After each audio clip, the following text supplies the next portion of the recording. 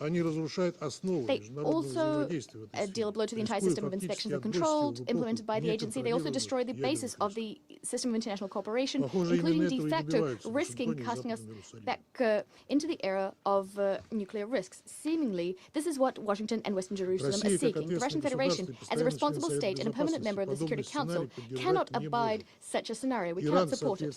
Iran, as per the NPT, has the right to develop its civilian nuclear program. Overnight, the U.S. has de facto nullified years of diplomatic efforts aimed at ensuring compliance with this fundamental principle. Agreeing with the legality of U.S. actions is tantamount to throwing out all of the international community's advances on this front. And since we talked about the importance of the NPT and the global non-proliferation regime today, I'd like to remind you that Israel has not yet acceded to the NPT. Thus, there cannot be a comprehensive IAEA inspections program vis-à-vis Israel. As for Iran,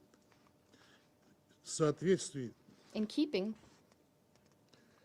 I'd like to remind you that Israel has not acceded to the NPT, so no comprehensive IAEA inspections program vis-à-vis Israel is being implemented.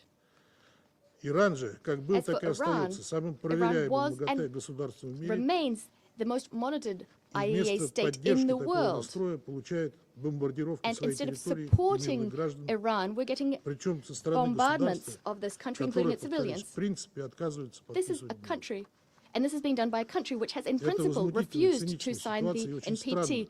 This is an outrageous, cynical situation. It's very strange that the IAEA DG did not say a word about this, nor did he call on Israel to join the NPT, not once.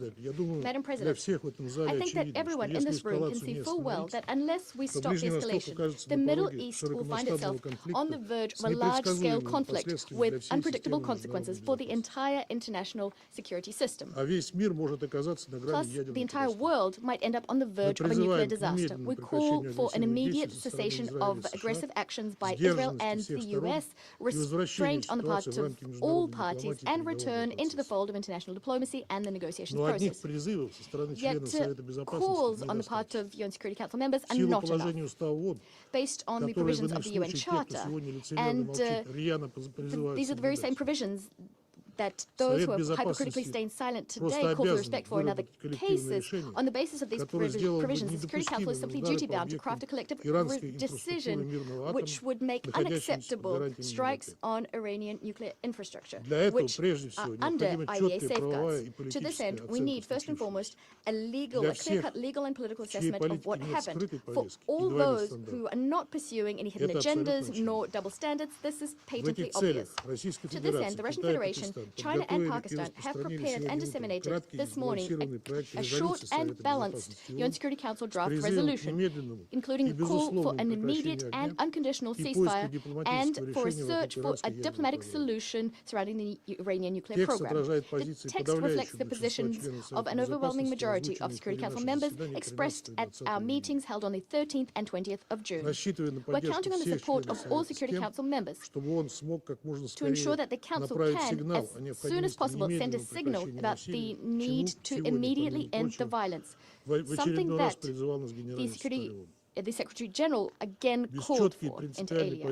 Unless the Security Council takes a clear-cut and principled position, further escalation is inevitable. We call on all Security Council members to adopt a responsible approach and to support the proposed draft. I thank you.